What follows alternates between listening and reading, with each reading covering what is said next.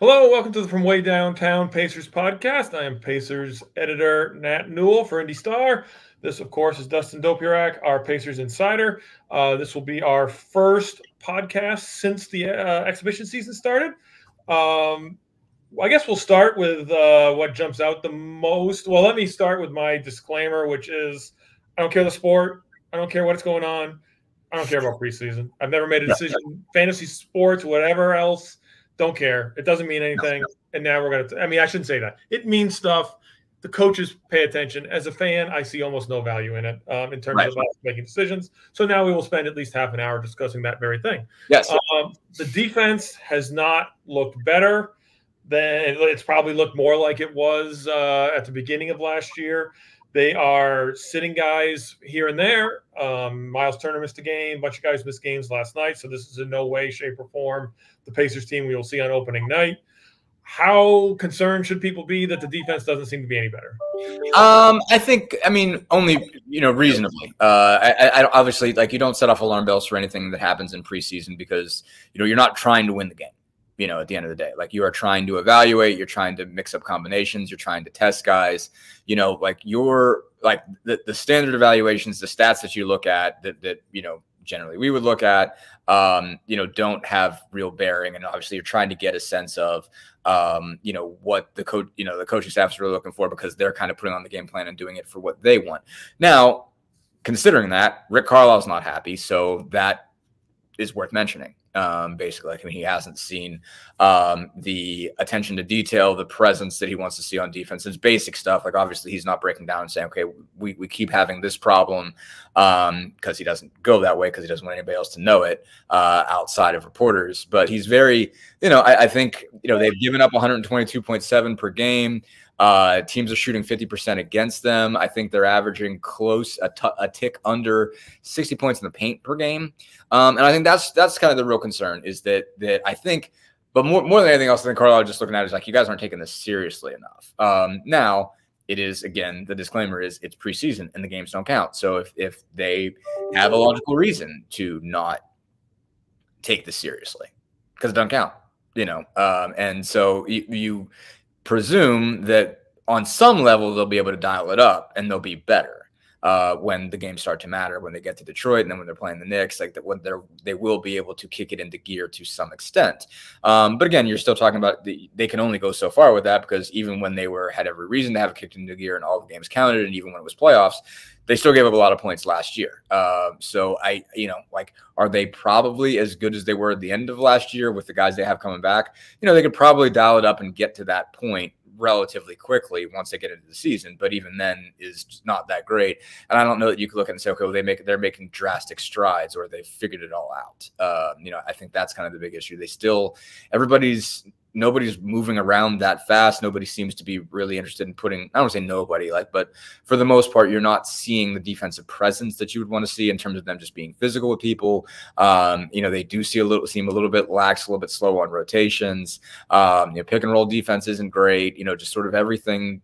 They're not establishing a lot of will out there. Again, it's preseason. You get how their mindset isn't necessarily what you want it to be, but it isn't. And so, if you're Rick Carlisle, you want to see better than that after three preseason games. Again, last night's a little different because you've got Nesmith out, McConnell out, Halliburton out, and Siakam out. It's just a different group of guys. But the guys that they started are guys that have a reason to want to make a case for themselves.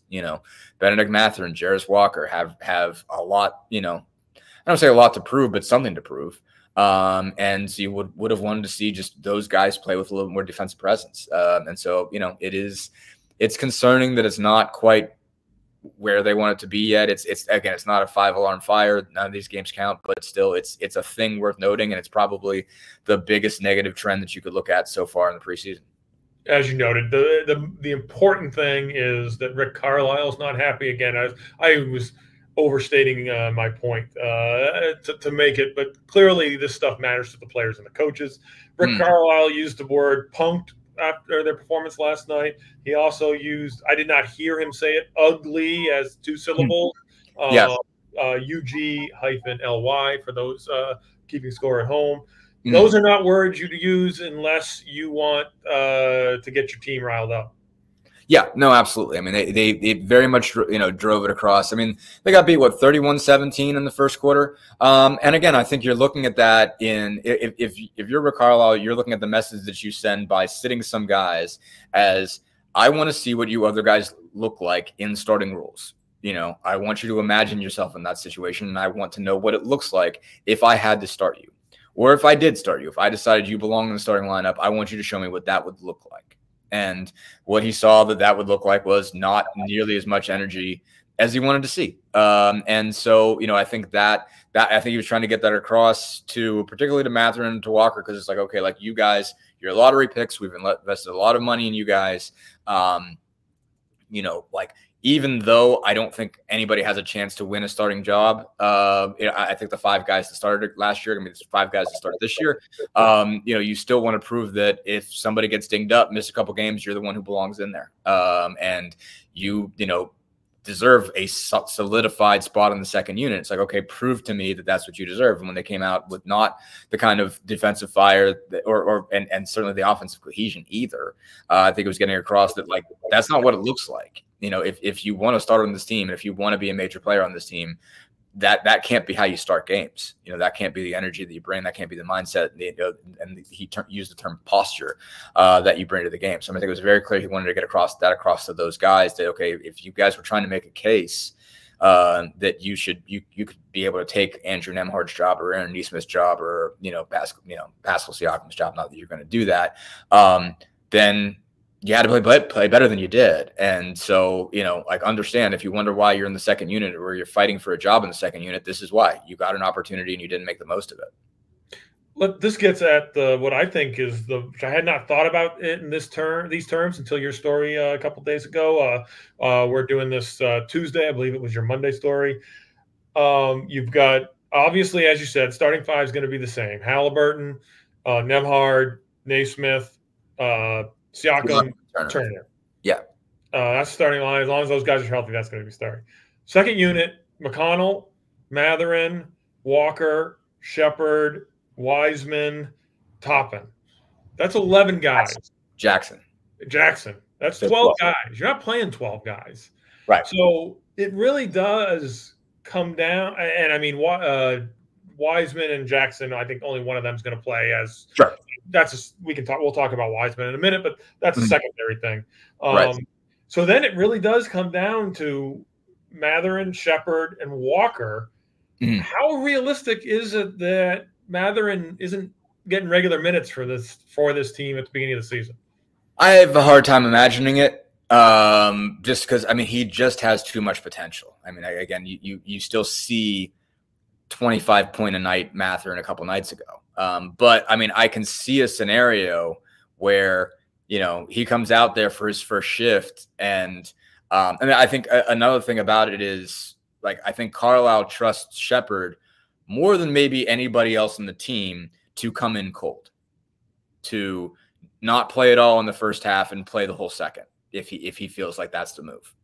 I think he trusts Sheppard in a different way that, like, even last year, I think there was a time it was like, well, I didn't want to bring McConnell in cold, right. when Halliburton was on a minutes restriction, and Halliburton played like through the first 3 quarters, and then like they had Nembhard after that, and they left Nembhard in for like an extended period toward the end of the game, and he didn't want to throw McConnell in for 5 minutes to give Nembhard a break because he's like, I didn't feel right, bringing him in cold. Sheppard is a guy that he has no problem bringing in cold. And also I think Sheppard is the guy that he is willing to put in his punishment for somebody else and say, like, I don't know what you're doing tonight, but Ben Sheppard's going to do what I want him to do. Like, that much I know, that much I can bank on. Like, he might not have your ceiling, he might not have your whole skill set, all your talent. But if you're not hustling tonight, and if you're not playing defense the way I want you to play defense, and if you're not playing with any posture and physicality, I'm going to throw Ben Sheppard in there, and he's going to embarrass you. So I imagine that Mathurin, if it's between Mathurin and Sheppard, it will always be Mathurin first. But if he feels like Mathurin's not giving him what he wants, particularly on the defensive end, Ben Sheppard's going to play as sort of, in a way to be embarrassing. But also, I do think that Sheppard has a skill set that there are going to be times where Ben Sheppard's the answer. where it's, just a guy who is going to move the ball, hit open threes, and really, really defend. I mean, I think right now, if you're like, all right, who do you trust on defense the most out of those three? Like, not like who can be the best, like who's the best mound of clay as a defender. It's, I need to stop right this minute. Who's going to get it for me? You probably pick Ben Sheppard. It seems, I mean, to me, Sheppard is clearly just on what's the word I'm looking for? Just on his resume is the easiest guy to bench. Mm-hmm. But given what they need, is he the best guy? Is he the guy who means the most to them? And as you said, they started Mathurin last year because that was the best thing for this team long term. So I agree with you. I mean, they're going to play Mathurin because that's the best to start the season. They're going to play Mathurin, and if that means Sheppard sits, that means Sheppard sits, and Ben Sheppard can deal with that. Mm-hmm. But at some point, they're going to need to make a decision, and is that going to be a problem? And is that a potential problem for this team if Mathurin's not the best guy to play? I think the one thing I would say is they can go longer without making a decision than they did with McConnell. I think McConnell was in one game. What's that? More than one game? Right. My one game that DJ McConnell was out of the rotation? Yeah, exactly. Like, I don't think if Ben Sheppard's not in one of the top two units on opening day, I don't think Rick Carlisle has to have the same conversation with him that he did with TJ. Because, he could say, hey, TJ, stay ready. But, it's a different discussion, one, when you're talking about a point guard versus a wing. Because there's just more wing spots. There's more opportunities, there's more moving parts there in terms of what could lead you to get in, where McConnell is basically all right, there's got to be something wrong with Halliburton or Nembhard today for you to get in, there's got to be a specific reason or something. There's got to be a reason why I trust you to play me, why it makes sense for me to play two of you guys together. Because I think he was just looking at it as we've got 2 point guards. McConnell's the third. He's sort of distant there. If Sheppard is technically your 5th wing, there still could be minutes for a 5th wing at any given point in time. Somebody's in foul trouble. Somebody's having a bad shooting night. There's a defensive matchup that doesn't work. I mean, you can say, it is much easier to make the case of stay ready. You're going to play plenty to Ben Sheppard than there was to McConnell at the time. Because it's just less, it's like being a 3rd string quarterback a little bit. But I mean, they found a way to make it all work in large part because Nembhard can play multiple spots. But being the 5th wing and being the 3rd string quarterback are different. There's just, it's like being the 5th receiver. There's going to be packages. There's going to be times, lineups and whatever, where it makes sense. So, I think it's going to be easier for them to make the case with Sheppard, but I don't know they ever have to come to a conclusion of Mathurin's not good enough unless Mathurin make that decision. Maxine's going to be mad in a minute at God knows what's going on across the street. I don't know what Maxine's upset about. I thought you made a perfectly legitimate point. I'd love to hear Maxine's side of it. That is Dustin's fault. That's fair. She wants to see more defensive intensity from Bennedict Mathurin as well. Maxine is always part of the podcast when we do this when Dustin's at home. So, yes. And then Walker somewhere in between. I mean, you legitimately could not play him because even though talent-wise and whatever else on a lot of teams he'd be getting a chance. Here he might not. Do you think he'll be in the rotation to start the year because they got to see what they got in him, or are there just not enough spots for him? I would guess right now they probably will do what I think is probably the right franchise idea, which is to play Mathurin and Walker and tell Ben Sheppard be ready because, hey, it worked last time. You played last year. We told you to be ready. It happened. Do it again. Because I think that makes the most sense to keep everybody sane is to say, okay, we're going to give these lottery picks a chance, but Ben, stay at the ready. This is what your career in the NBA is going to be. Stay ready and you'll get opportunities. It happened last year. You can trust it'll happen again. But I imagine they'll give Walker a shot just to be like, okay, we're going to throw you in the fire now. You're too good. You're too talented for us not to take a shot at you. You still have some moments where you seem like you're a little lost or you're a little bit off about what you're doing, but it's starting to come along and there's enough skills there that it's worth having you out here to play through it in second unit minutes. That there's enough there that it's worth it. And, if we kind of feel like you're too much of a mess, we'll just throw Ben Sheppard in and, we'll be fine. But I think they'll give him a shot. I mean, I think – like last night's first quarter, he wasn't great. He did end up leading scorer with 15 points, 6 rebounds, 4 assists. Like, so you saw good moments out of him.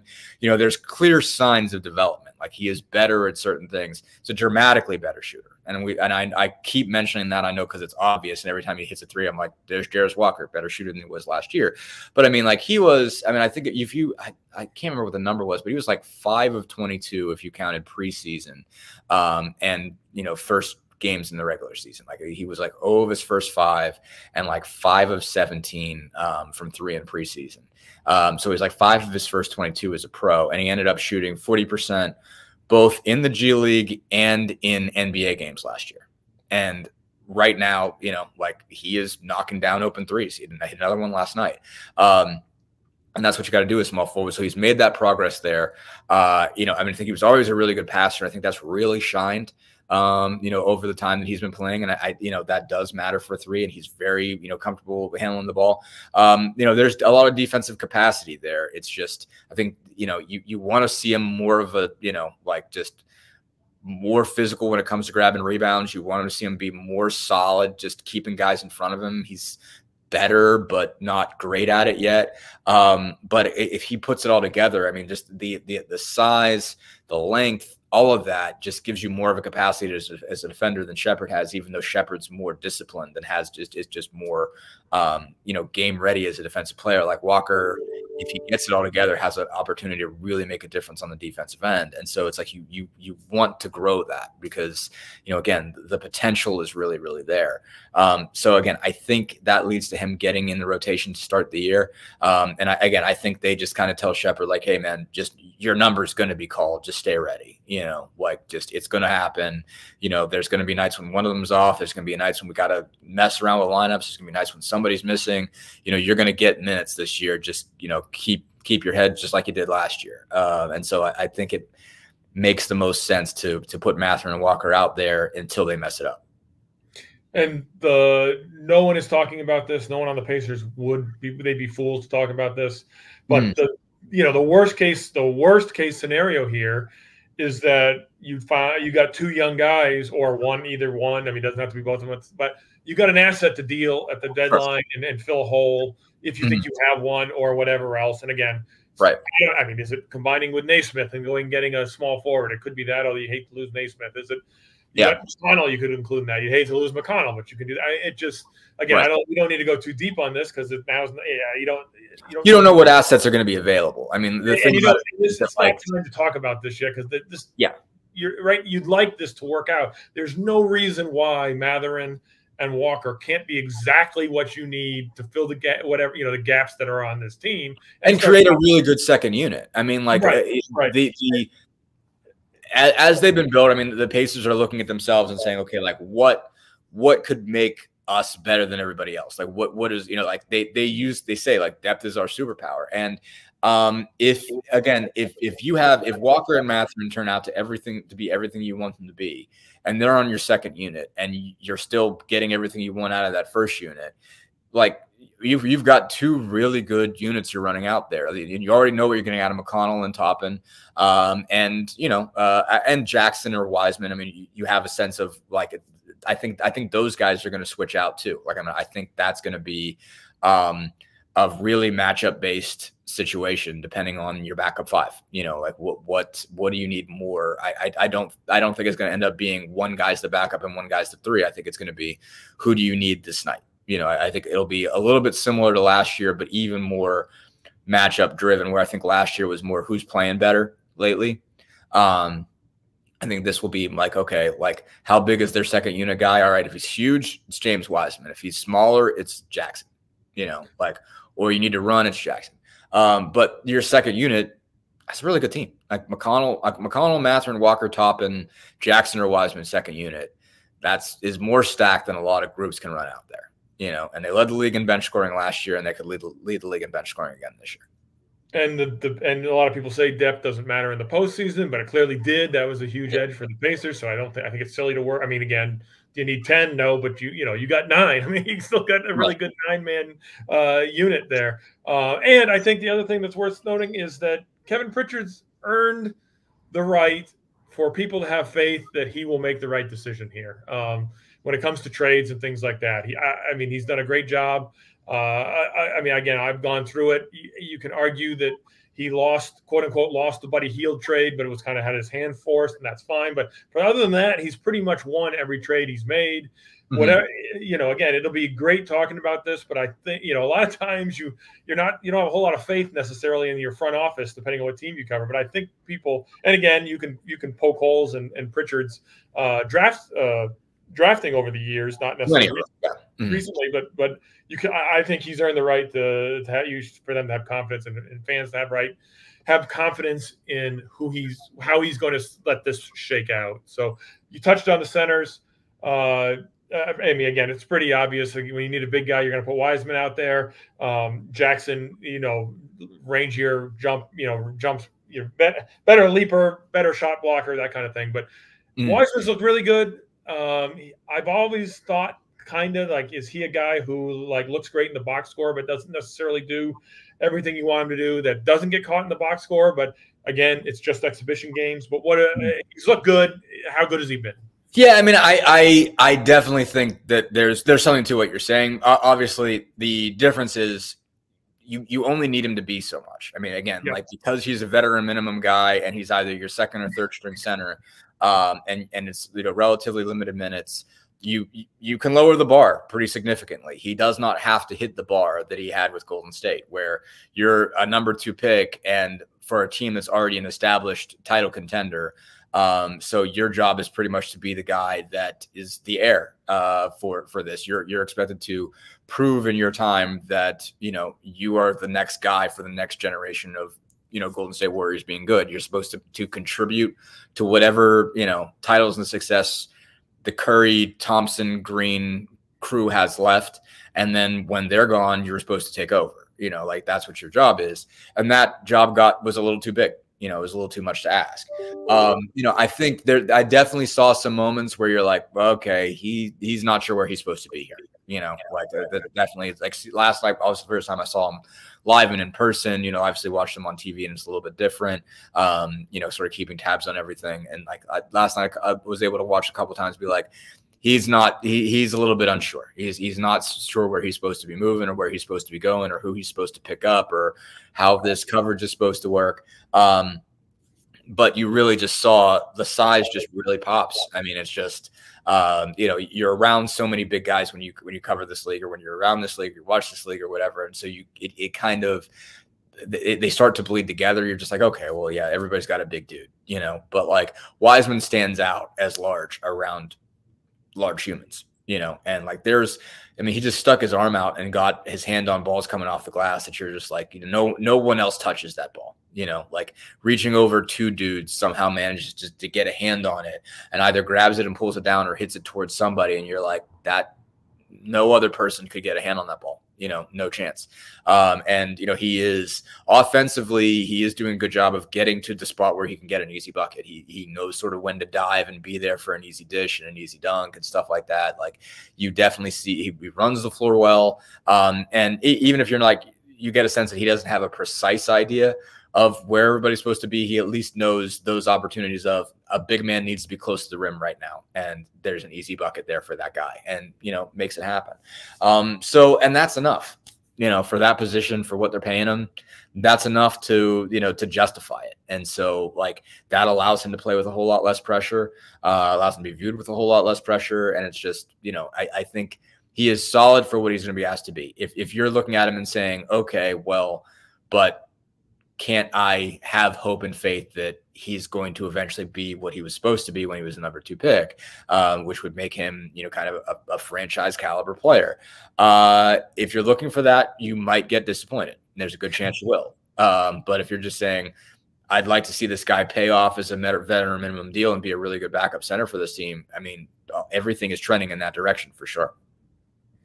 Let's talk about the last spot on the roster, Swider and Brown. Is it Swider? Am I pronouncing that right? As far as I know. He obviously can shoot, which is what everyone wants in the NBA. It seems like he would have the edge no matter what he did, just based on that. But what's your assessment of those two so far? Yeah, no, I mean, obviously seeing Kendall for a while. I mean, obviously the message being sent when Swider played like 23 minutes last night and Kendall Brown played 5, strongly suggests that Cole Swider's getting this job at mid. So, I think, I don't know what the total minutes is off the top of my head, but it's pretty dramatic. I mean, this wasn't the first time where Swider got way more minutes than Brown did. I think it's been the case the entire preseason. I mean, Kendall obviously gives you a good amount of energy, leaping ability, length, the whole bit, and that's not nothing. But I do think they needed a little bit more shooting, and I don't know how many opportunities there are going to be for Cole Swider to play over the course of the year. He's probably in a very similar position to what Doug McDermott was in, but he's obviously significantly cheaper and younger. And so, again, McDermott didn't play a whole lot and people weren't super thrilled about it when he did, but he did hit a couple, he at least hit one important 3 in the playoffs. That I can remember. It was pretty slick looking through where he came off the screen and kind of set himself all in one motion and knocked one down.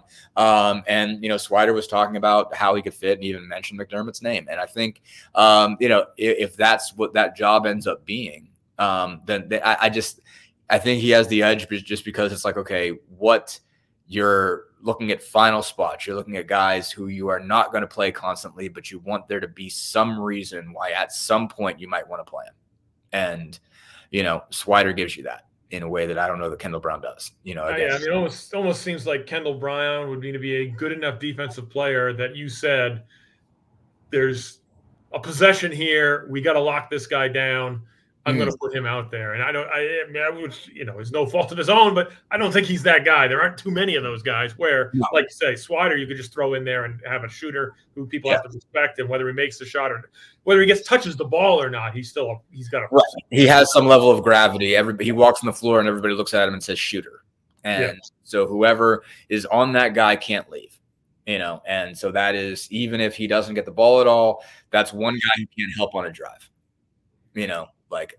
Even if it's only for a couple possessions, like you're taking one defender out of help defense situation because he's looking at it as like, I got to lock onto that guy. He is because he knows that Swider's only out there to hit a 3. So he knows that's the one thing he's not going to, that he can't allow to happen. And so that just, it works with the math and the geometry, just like that. And so you don't know how many times it's going to happen, how many minutes he's going to get over the course of a whole year.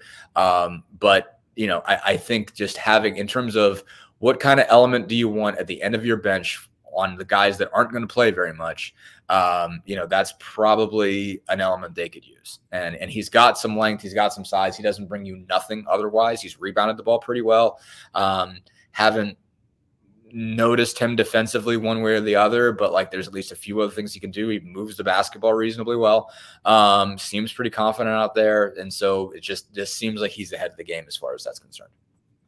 And we'll wrap it up. Obviously, Zach Edey was here last night for a polarizing guy who people weren't sure if he was an NBA player or not. He sure looked like an NBA player last night. Again, exhibition season. But, I mean, Jackson – I was there for the first 3 quarters. Jackson wanted to fight him. I mean, it was really like, I am not going to let you score on me because you're just too tall. All you are is tall. I'm not saying Isaiah Jackson thinks that, but his mindset was, I am not going to let this guy beat me, and he still beat him. So, what were your impressions? What did you think Edey would be coming in versus what you saw last night? Yeah, I think he definitely was able to exert will more than, I don't want to say more than I expected, but I think, part of it is willingness, on behalf of Memphis to say, we're going to feed this guy the ball, heck with it. This guy is humongous. We're going to, and part of it was probably like he was in Indiana. It's a preseason game. Heck with it, man. We're not playing John Morant. You're not playing Tyrese Halliburton. This is a game that don't count, but we're in Indiana and he's got a fan base. Heck with it. What would be more fun? What could we get that would be more enjoyable out of tonight than just throwing Zach Edey the ball in Gainbridge Fieldhouse and letting him score? and letting them push guys around like that seems like a fun way to spend the your 4th out of 5 preseason games. And I think, the interesting long-term question obviously is going to be, he's going to be only in drop coverage and pick and roll, he's just going to stand back. And that's kind of what he explained. He's like, I feel great about defense because that's what I'm doing. I'm just forcing them to shoot over me. And you might have seen a different ball game if you saw Halliburton Turner running pick and roll, and on drop, because they love that. They love, like, Halliburton loves throwing lobs on drop coverage and pick and roll. It's one of his favorite things to do, and so how would that have changed things? Would they have had they have attacked him? Would it have looked uglier? Are you going to see more of that going forward when you have a really good point guard center combination? Is that going to expose him? I mean, probably to some degree. I mean, it happens to guys like Valanciunas and Zubac from time to time. Like those bigger dudes sometimes do get a little bit slow footed in there, and Nurkic and that kind of thing. Like when you really attack them with speed, sometimes you see it. Edey is taller than those guys, so maybe he's got more of a chance. But I think what stands out is when you compare him to those wide bodied guys, like there are still a couple left in the league that, and most of their job is set really hard ball screens that, leave somebody's entire body shaking when they come off of it. And box out and rebound and stuff like that. So it's like, how is Edey different from them? I mean, I do think you see better ball skills from him. I think it really stood out. Like, you saw it in college, but you don't know if it's necessarily going to be there. But like on the occasions when, Turner, because Turner and Jackson really did want to fight him, and from not from an actual physical, I'm going to punch you standpoint, but like, I think Turner definitely went in there. It's like, okay, this is going to be a challenge. Like, I got to be ready for this. Like, I know it's coming. He's going to bring a hit and I've got to be able to hit back. Like, I definitely saw him notice, like, all right, like I got to fight him.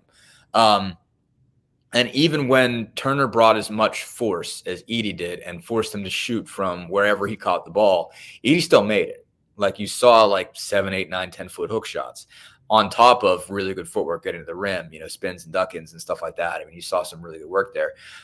So I think he is like the offensive skill really does stand out. Like, you knew it was there, but it was like, okay, is it really going to translate all the way once he's facing, NBA caliber centers? And it does. I think the offensive skill set really, really does translate. I think he's better physically equipped for it than you think. Like, I think he's better conditioned than you think. He's strong.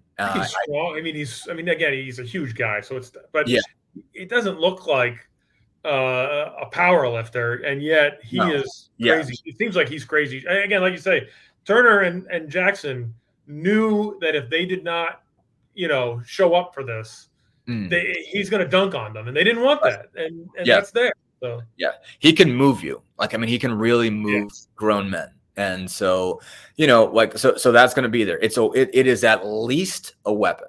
And like, kind of the ceiling for the whole thing is Zach Edey makes everybody rethink this whole thing and reconsider, going to get huge dudes again.